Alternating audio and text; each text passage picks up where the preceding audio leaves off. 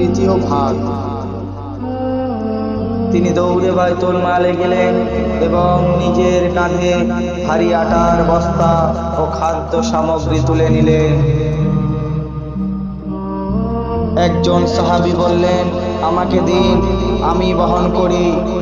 হযরতে ওমর রাদিয়াল্লাহু তাআলা অশ্রুসিক্ত কণ্ঠে বললেন, কিয়ামতের দিন তুমি কি আমার গুনার বোঝা বহন করবে? তারপর তিনি নিজ হাতে খাবার রান্না করলেন, শিশুদের সামনে খাবার পরিবেশন করলেন।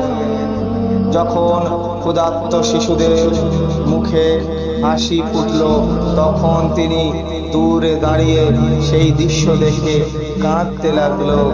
তিনি বললেন, আজ যদি এদের মুখে হাসি না ফুটাতে